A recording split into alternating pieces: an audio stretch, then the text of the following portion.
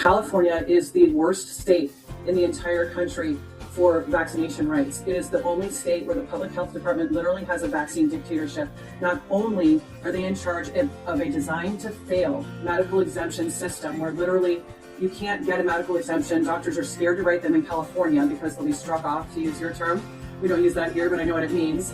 And then even if they do get an exemption written, it goes in a database that's called CARE-ME, California Immunization Registry-Medical Exemption, and that gets bumped up to the Department of Public Health, who is systematically overturning every single medical exemption that goes into that database. We colloquially call it the anti-vaxxer database for a good reason, because you don't actually want your name in that, and a doctor doesn't want their name in that either. So that's how they deny all medical exemptions, making a de facto mandate for children to go to school with more than 30 doses of vaccines. Now, the other thing that California has that makes it the unique state in terms of vaccination of this public health department vaccine dictatorship that I mentioned is that with AB 144, now our public health department is also in charge of the vaccination schedule.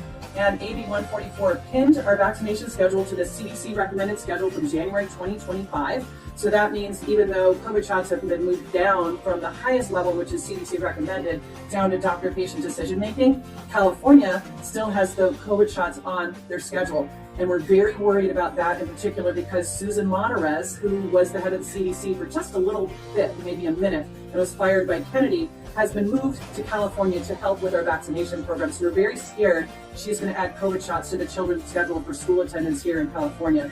So again, California is the only state where the public health department decides whether or not your child has a legitimate medical exemption, and they're now deciding the schedule, the vaccination schedule for all California children, and it's absolutely frightening. The other frightening part of AB 144 is they absolved everyone in the entire vaccination process from liability. So if you order a vaccine, if you prescribe a vaccine, if you administer a vaccine, you have no liability at all. And that's a big problem because it also says even in cases of omission.